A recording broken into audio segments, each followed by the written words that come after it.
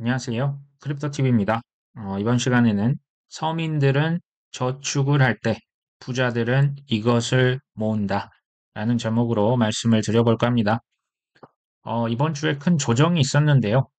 여러 가지 이유가 있겠지만, ETF가 돼서, 승인이 돼서 좀 일부 매도 압력이 있고요. GBTC를 누가 많이 이제 갈아타고 있다. 여러 가지 이유들이 있는데요. 이런 좀 객관적인 자료를 보는 것도 필요할 것 같아요. 자, 비트코인이 11,739개가 불과 1분, 2분 단위로 코인베이스로 계속 이체가 됩니다. 이게 이제 한 번 일어날 때마다 우리 돈 7천억 원에 달하는 엄청난 규모거든요. 둘 중에 하나입니다. 누군가 이 코인베이스로 비트코인을 보내서 팔고 있든지 아니면 이제 코인베이스는 사실 미국에 있는 기관들이 비트코인 ETF를 사거나 현물을 사서 보관해주는 기능도 동시에 진행을 하죠. 그러면 이제 그냥 단순히 커스터디 보관 목적으로 코인베이스로 보낼 수도 있습니다.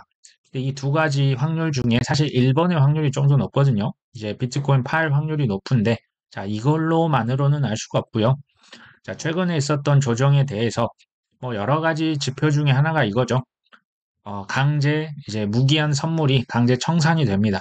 대부분 누가 청산이 됐나 봤더니 자, 비트코인, 이더리움, 솔라나, 롱에 베팅한 상승에 베팅한 선물 옵션 트레이더들이 다 청산당했습니다. 무려 90% 이상 청산을 당했죠.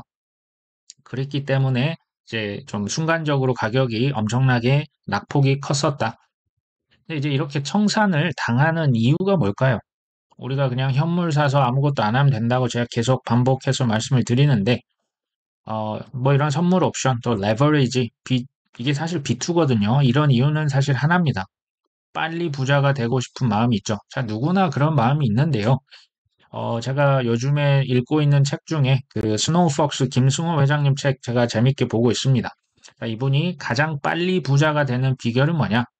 빨리 부자가 되려고 하지 않아야 한다.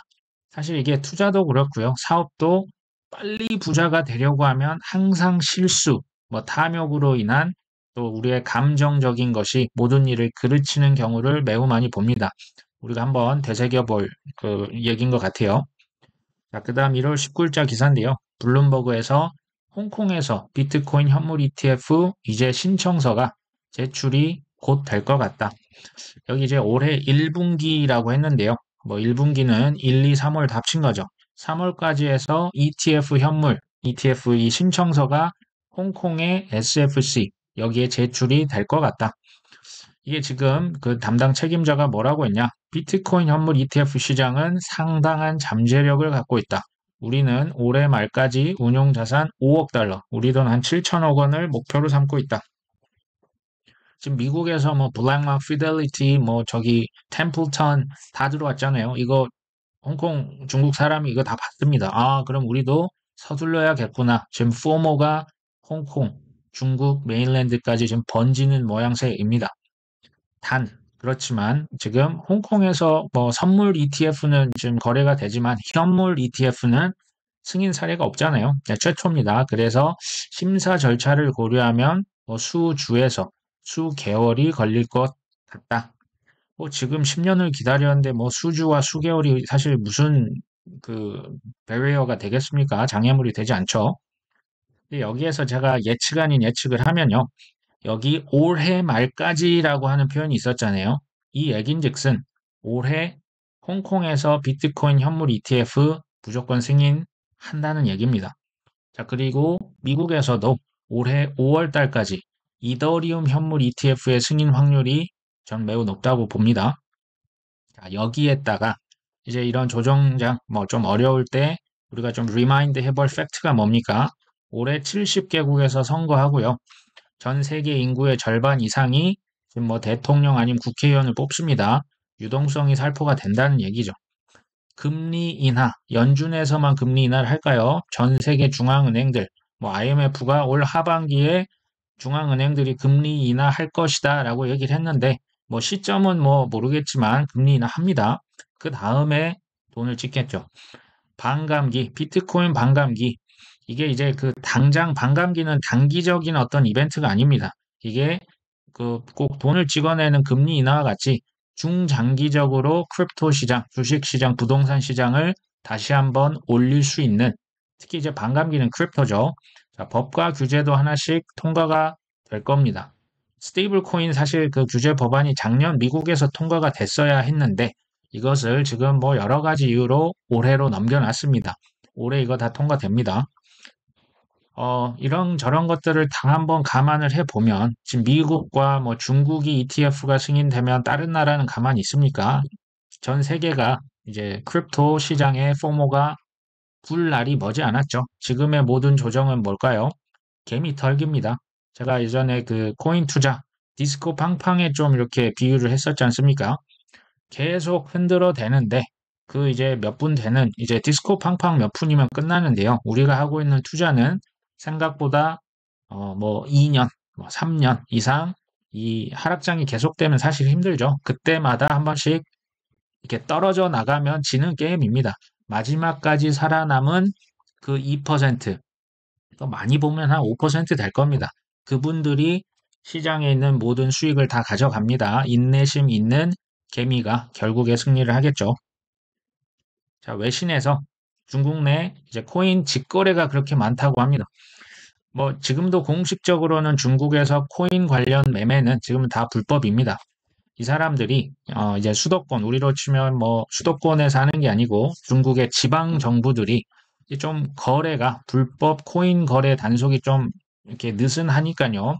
이런 지방에 가서 뭐 카페나 세탁소 같은 데서 코인을 P2P로 그냥 주고받고 한다고 합니다.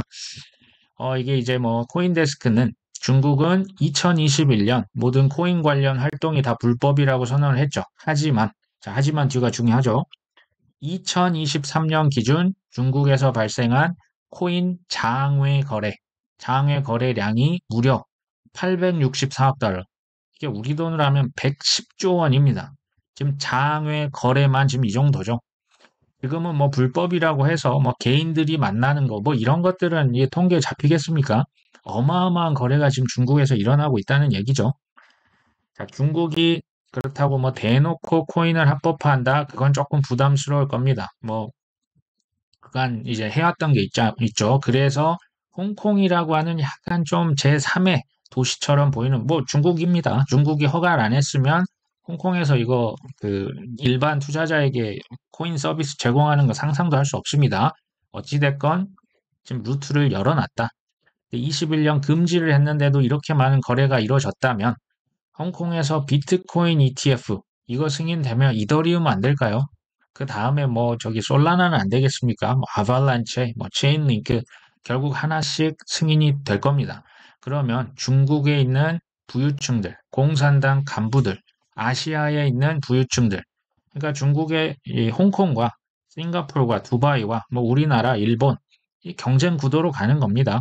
이 부유층들을 고객으로 가져가기 위해서 포모가 불고 있다. 자, 이게 제가 볼 땐 머지 않았습니다.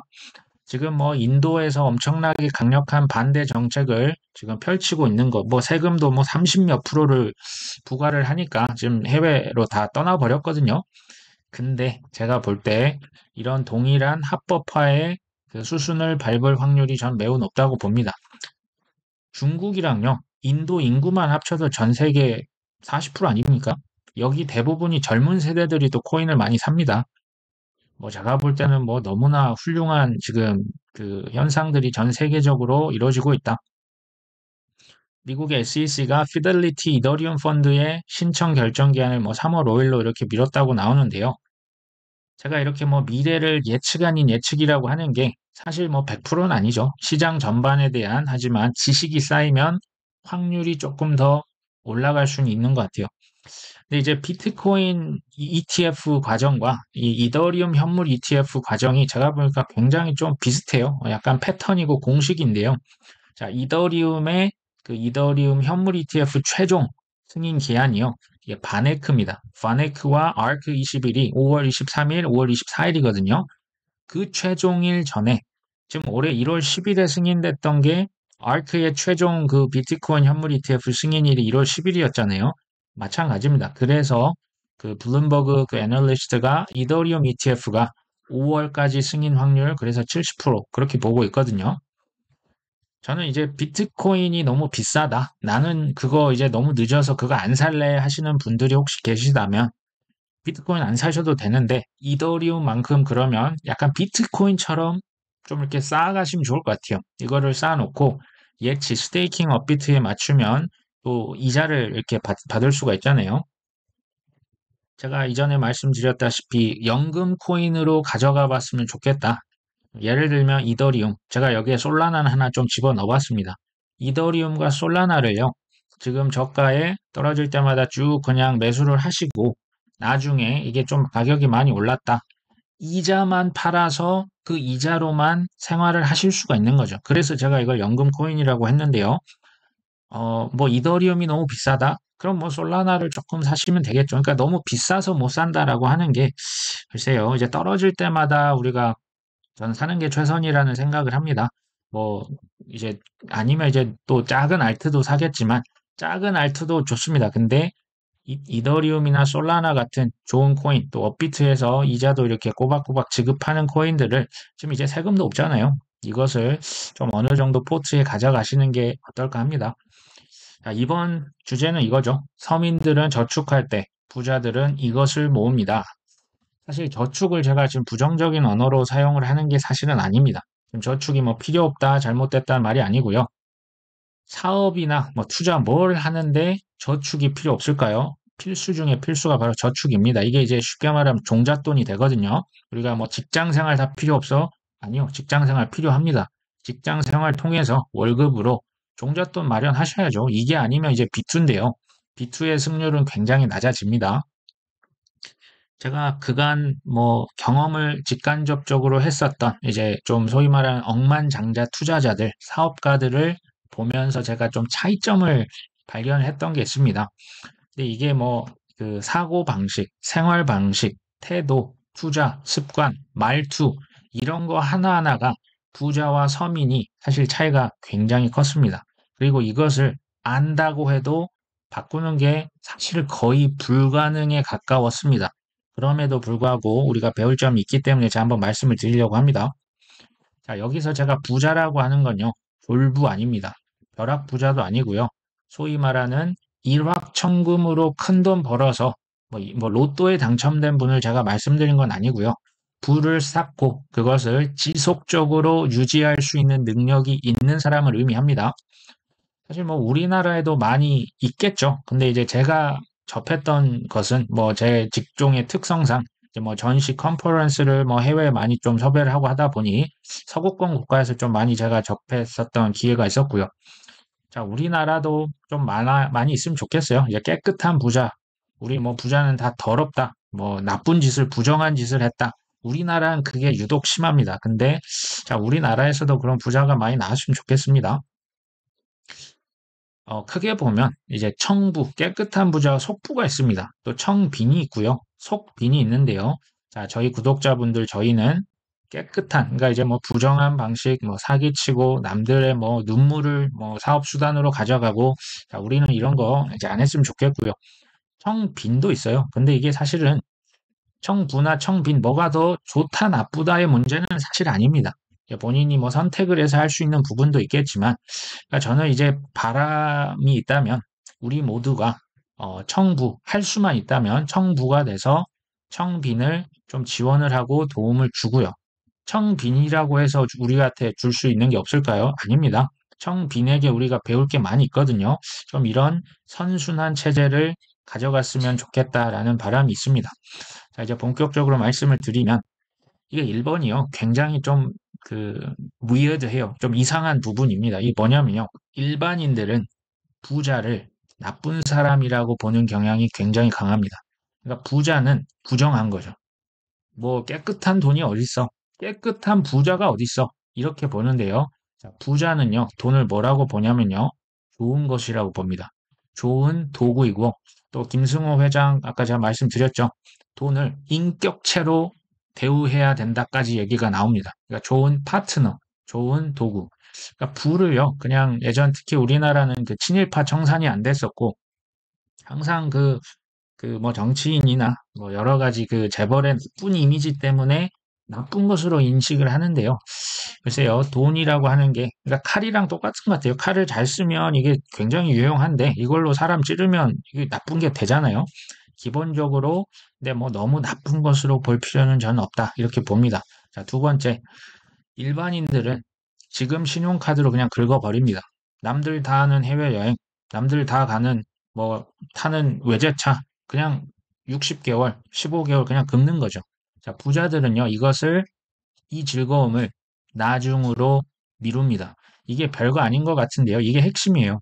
그러니까 일반인들은 지금 긁어버리는 순간 사실은 그 미래에 투자해서 종잣돈이 될 수 있는 게 사라지는 거고요. 부자들은 그 종잣돈으로 현금을 창출할 수 있는 큰 시세 차익을 가져갈 수 있는 자산에 계속 투자를 합니다. 이게 시간이 지날수록 엄청난 차이를 만들어냅니다. 자, 세 번째, 우선순위가 달라요. 이거를 부자들은요, 쉽게 말하면 돈보다 시간을 중요시합니다. 근데 일반인들은 돈을 아끼기 위해 나의 시간을 희생시키는 거죠. 이걸 한번 자세히 생각해 보시면, 소위 이제 사장님은요, 직원을 뽑을 때 그 직원의 시간을 그냥 돈으로 사버리는 거예요. 전문가들, 우리는 그냥 돈 아낀다고 본인이 하는 경우가 많이 있을 수 있는데요. 그냥 전문가를 섭외합니다. 돈으로 확실한 그 보상을 주고 서비스를 가져옵니다. 이게요, 쉽게 사실 되는 건 아니죠. 뭐 부자니까 그럴 수 있겠다.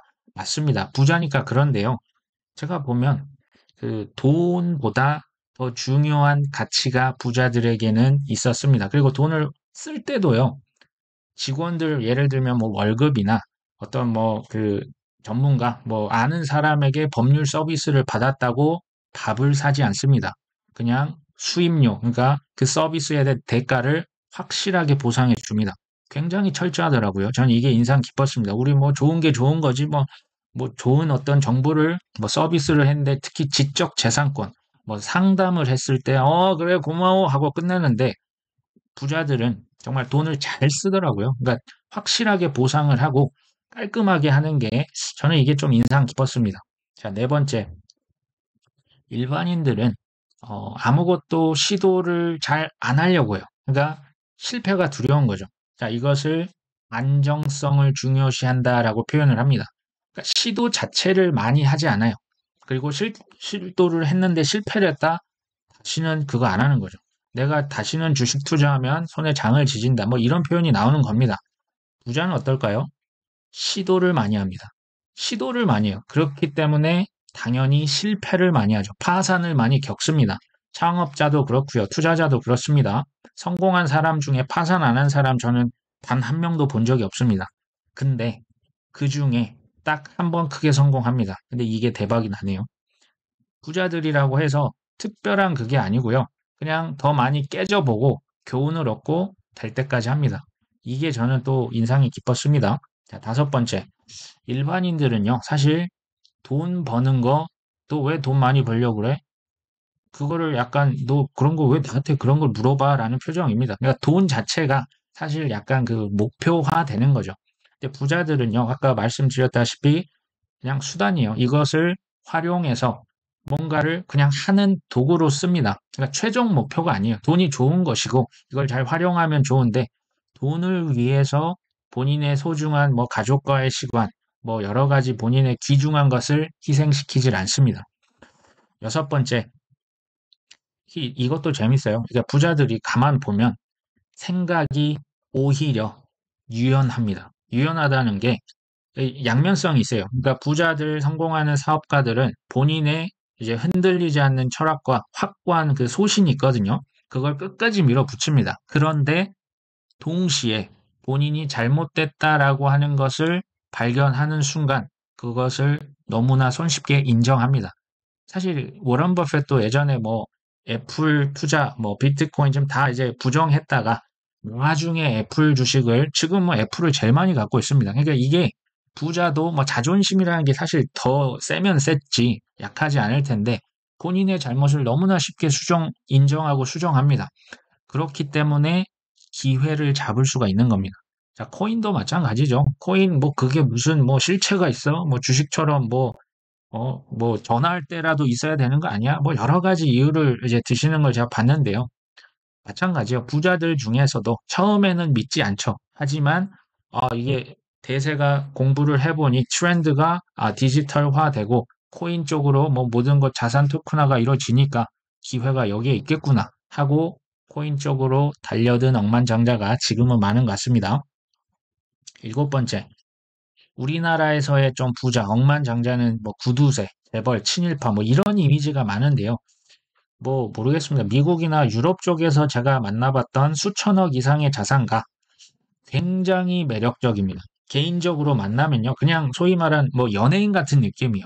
호감이 가고요. 긍정적인 에너지, 긍정적인 말투, 인기가 많고요. 사람들한테 항상 쌓여 있어요. 뭐 이런 분들이 사실 기부도 많이 하거든요. 저는 그러니까 우리가 좀 그 우리나라의 그런 나쁜 이미지들이 좀 많이 좀 기부도 많이 하시고 사회적으로 선한 영향력을 미치는 뭐 사업가들이 많이 나왔으면 하는 사실 바람이 있습니다. 자, 여덟 번째. 부자들이요. 우리가 볼 때는 뭐 별일도 안 하면서 월급 엄청 많이 받는 것 같은데요.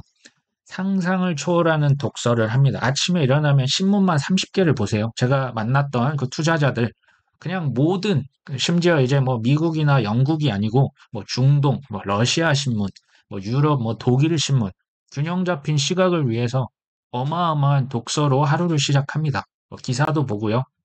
실행력이 그리고 갑이죠. 그러니까 뭐할 거리 아니고요. 그냥 바로 실행을 하는 실행력이 이제 공통점이 있었습니다. 그리고 언어가 긍정적이에요. 그러니까 뭐 이렇게 실패하잖아요. 누구나 하는데 그러니까 내 실패에 대한 어떤 그 변명을 하지 않아요. 누구 탓이라는 말도 하지 않습니다. 저는 이것도 부자들의 그 특성 중에 중요한 특성이라고 생각을 합니다. 아홉 번째, 일반인들이 저축할 때 부자들이 이것을 삽니다인데요. 자, 이것이 뭘까요? 쉽게 말하면 황금알을 낳는 거입니다. 황금알이 뭐겠습니까? 자, 현금을 지속적으로 발생시킬 수 있는 자산을 삽니다. 그러니까 그냥 어디 써버리는 게 아니라 쓰는 것을 절제하고요.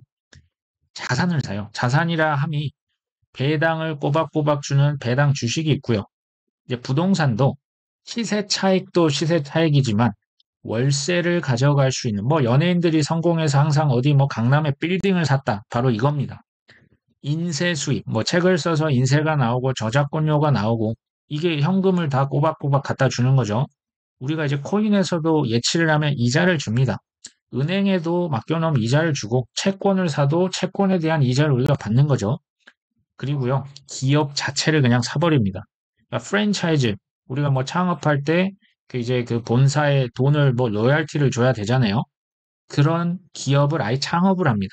그래서 로열티를 받는 거죠. 그리고 하나같이 그 세금에 대한 지식이 빠삭합니다. 절세 팁을 활용하는 거죠. 대표적으로 로봇 기요사키가 이제 부동산만 뭐 7천 채인가 가지고 있는데요. 미국에서는 이제 어떤 부동산을 사고 중간에 팔지 않고 마지막에 팔 때만 그 양도세를 낸다고 하더라고요. 그러니까 중간에 이렇게 그 거래를 하는 것이 아니라, 그러니까 마지막에 결국 팔 때니까 그냥 오래 보유하고 있다가 그냥 보유만 하고 있으면 또 이제 세금이 거의 이제 부자들이 안 냈던 것을 봅니다. 그러니까 이제 우리나라는 또 다를 수가 있어요. 근데 어찌됐건 이 세금에 대한 이해, 뭐 필요하다면 세무사에게 적극적으로 그 돈을 주고 그 팁을 잘 이렇게 활용을 하는 부분을 제가 봤었습니다. 개인적으로 2014년에서 20년까지 미국에서 뭐 거의 조 가까이 됐던, 그러니까 자산이 조가 넘었습니다. 이분을 제가 이제 만나서 같이 공동 사업을 했었는데요. 뭐 전시회, 이분이 뭐 언론사, 특히 이제 IT, 닷컴 버블, 이 닷컴 버블이 꺼졌을 때, 실은 그 전부터요, 이 기업들을 저가 매수를 그렇게 했습니다. 그러니까 정말 좀 너무 이거 미친 거 아니야 싶을 정도로 그 기업들을 샀거든요. 근데 이때마다 세상 사람들의 엄청난 비난과 조롱을 받는 것을 제가 사실 들었습니다. 근데 이게 뭐가 좋냐? 하락장에 그 욕을 다 이제 이겨내면서 소신대로 이제 했던 거죠. 하락장에는 그 자산으로 매년 꾸준한 현금이 나옵니다. 전시회에서 전시회 이제 뭐 부스를 팔고 그 수익이 오겠죠. 언론사도 언론 광고 수입이 있고요. IT 기업들도 현금 창출하는 게 배당으로 꾸준히 창출을 수익을 냈었죠. 상승장에서 어땠습니까? 여기에서 엄청난 시세 차익이 발생하는 거죠. 버블에 팝니다. 소위 말하는 닷컴 버블 때 팔고 팔 때마다 3천억, 4천억씩 버시더라고요. 아, 이게 대박이었구나. 그러니까 하락장에서도 가져가고 상승장에서도 시세 차익을 가져갑니다. 제가 이제 몸담았던 조직에서는 너 그래서 그거 뭐 전시회해서 얼마 벌었어? 이렇게 물어보는데요. 제가 좀 인상 깊었던 게 그 수천억의 자산가 이분은 브랜딩을 그렇게 중요시합니다. 지적 재산권, 뭐 로고, 뭐 트레이드 마크 이런 것을 굉장히 중요시했던 게 이해가 제가 처음엔 안 됐는데 아, 이 브랜드에서 현금이 꾸준히 나오고요. 이 IP라고 하는 지적 재산권이 이제 나중에 이 회사를 팔 때 큰 역할을 한다는 걸 제가 나중에 알았습니다. 이 억만장자 분이 사실 이제 크립토 TV죠. 코인데스크라고 하는 지금에야 뭐 세계 1위의 언론사잖아요. 근데 2015년 하락장에서 미국의 이 억만장자한테 코인데스크 인수 제안이 들어왔습니다. 그때 당시 가격이요. 이거 뭐 말도 못하게 거의 뭐 헐값으로 제발 가져가 주세요라고 하는 제안이 왔었는데 계약의 인수에 실패했습니다. 그 이유가 너무 안타까웠는데요. 자, 이분이 사실 연세가 많으세요. 지금은 뭐 한국 나이 80이 넘었는데 그때도 70대가 이미 넘으셔서 폐렴이 걸렸다고 합니다. 그래서 이제 한국에 뭐 행사를 개최했는데도 못 왔었거든요. 2년간 입원 치료를 하면서 이제 코인데스크 그 헐값에 인수할 수 있는 제안을 이렇게 못했었다. 그 얘기를 해서 아, 그 아들이라도 보내서 그 계약이라도 맺지 그러셨어요. 제가 이제 뭐 농담을 했던 기억이 납니다. 그때 코인데스크를 못 산 걸 지금까지도 후회한다.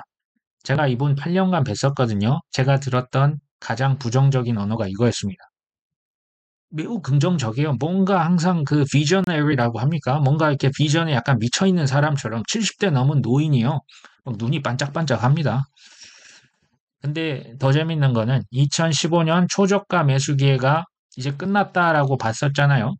자, 그 기회가 언제 또 옵니까? 2018년도에 또 왔죠. 그 기회가 또 언제 왔습니까? 2022년도에 왔었죠. 기억하십니까? 자산이 가격이 싸졌을 때 주인만, 손바뀜만 일어납니다. 그리고 가격이 오르면 그냥 주인만 바뀌는 거죠. 이게 매번 반복이 됩니다. 어, 이렇게 좀 부자가 됐던 분들 제가 봤더니 소위 말하는 껄껄껄이라는 말 자체를 안 써요. 아, 그때 샀어야 했는데, 아, 그때 뭐뭐 할 걸, 껄껄. 그런 말 잘 안 쓰고요. 큰 실패를 안 하면 좋겠지만 실패합니다. 실패를 하는데 거기에서 인생의 경험과 교훈을 얻고요. 이 경험과 교훈을 돈보다 더 중요시합니다. 이게 정말 신기하더라고요. 이것으로 내가 이제 성공 비결, 뭐 예를 들면 너 20살로 다시 이 지식을 가지고 다시 갈래? 이 경험을 가지고 다시 가면 가시겠냐? 물어보면 간다고 하는 분도 제가 여러 번 봤습니다. 재밌죠? 사실 실패를 하고 오랫동안 이렇게 시퍼렇게 칼을 몇 년간 가는 거죠. 그래서 코인 투자도 사실 똑같아요. 이게 딱 한 번에 그냥 탈출하고 그 부가 계속 유지됐다? 모르겠습니다. 전 거의 본 적이 없고요. 최소 두 번, 세 번의 실패를 한 다음에 그 다음에 얻은 성공이 진짜 성공이었던 모습을 사실 많이 봤습니다. 혹자는 이렇게 말씀하실 수 있습니다. 부자니까 친절하고 부자니까 시간을 더 중요시하고 부자니까 기부도 하겠지. 그니까 긍정적이겠지. 맞습니다. 맞는데요. 제가 아까 말씀드렸던 그 김승호 회장님이 미국 노동자, 그러니까 외국 노동자죠. 거기서 뭐 마트 뭐 가면 사실 뭐 세탁소부터 하잖아요. 그 온갖 그 뭐 잠도 못 자고 뭐 코피 흘리면서 10년간 모은 돈이 있었는데요. 이제 어떤 그 누가 너무 그 잠도 못 자고 뭐 열 몇 시간, 16시간 일만 하다 보니 어떤 주식에 뭐 이렇게 상장하기 전에 특별 인수할 수 있는 기회를 줬다라고 했는데 거기에 이제 올인을 했던 거죠. 근데 10년간 미국에서 코피 터져가면서 모았던 재산이 이때 다 날아가 버립니다. 이분이 뭐라고 하냐면 하는 사업마다 다 실패했답니다. 뭐 슈퍼마켓이건 뭐 하는 것마다 다 실패를 했는데 그 하다가 계속 시도를 하다가 딱 한 번 성공했답니다. 근데 그게 대박이 났을 뿐이라고 하네요. 부자들의 성공 비결이요. 물어보면 이런 말 많이 써요. 운이 좋았다. 운이 좋았다라는 거. 뭐 이게 우리나라도 운칠기삼 이렇게 하잖아요. 저도 뭐 사업 아닌 사업을 이제 했더니 이제 전시회 컨퍼런스를 한 10년 운영을 했더니 저는 운 8, 운 9, 기 1, 기 2입니다. 저는 운이 한 9까지 되는 것 같던데요. 실력이 뛰어나서가 아니고 그 어떤 그 내가 어떻게 할 수 없는 부분이 잘 풀려나가면서 그간 했던 나의 노력이 빛을 보는 경우가 저는 많았다. 뭐 저도 뭐 경험을 했던 것 같아요. 그러니까 이게요, 부자들이 성공을 했던 게 겸손하다는 거예요. 본인이 잘했다. 뭐 그런 것도 있겠죠. 근데 운이 좋았다. 항상 이런 표현이에요. 공통점이죠. 반면 이제 일반인들은 뭐라고 하냐? 성공을 하면 내 탓이고요. 실패를 하면 네 탓입니다. 그러니까 이제 그 언어가 항상 누구 탓을 해요. 이게 대통령 탓이다. 이제 뭐 누구 탓이다. 뭐 장관 탓이다. 법무부 장관 탓이다. 누구 뭐 미국의 SEC의 게리 겐슬러 탓이다. 뭐 그럴 수도 있죠. 근데 그것보다는 이 부자들이 이렇게 하니까 좀 성공하는 경우가 사실 많으니까 우리도 좀 긍정적으로 하자는 차원에서 말씀을 한번 드려봤고요. 자, 여러분에게 경제적 자유라고 하는 거 사람마다 다를 수 있을 것 같아요. 이게 뭘까요? 우리가 이거 하려고 투자하는 거잖아요. 김승호 회장님 뭐라고 했냐면 이게 저는 되게 와닿았어요. 하고 싶은 걸 하는 자유, 하기 싫은 걸 하지 않을 자유. 이거 이상의 자유가 있습니까? 그리고 이제 좋아하는 사람과 함께 할 수 있는 자유. 같이 있고 싶지 않은 꼴 보기 싫은 사람과 만나지 않을 자유. 이 직장인 분들 이거 좀 공감하실 것 같아요. 최대 앞으로 2년 이내 투자 원금의 10배와 20배, 뭐 혹은 뭐 50배도 가능하다면 투자하실 겁니까? 한다고 하시겠죠? 하지만 또 한 번 매도 시기를 놓치면 마이너스 또 90%의 손실이 가능합니다. 그게 뭡니까? 그게 코인입니다. 우리가 이제 수십 배, 100배만 생각하고 들어오면 안 돼요. 마이너스 또 한 번 80%, 90% 나올 수 있습니다. 특히 알트코인 같은 경우는 그렇죠. 이제 뭐 이제 지인분들이 뭐 이대리, 뭐 박과장, 뭐 좀 잘한 다음에 100% 안전하면서 수십 배 좀 갈 수 있는 거 그런 거 없어? 그것 좀 알려줘봐. 라고 얘기를 하시는 경우가 있는데 그런 게 있습니까? 세상에 그런 거 없습니다. 수십 배 수익을 가져가려면요. 마이너스 90%의 각오를 하셔야죠. 그러니까 수십 배라고 하는 게 리스크가 크면 리턴도 크고요. 리스크가 낮으면 리턴도 작습니다.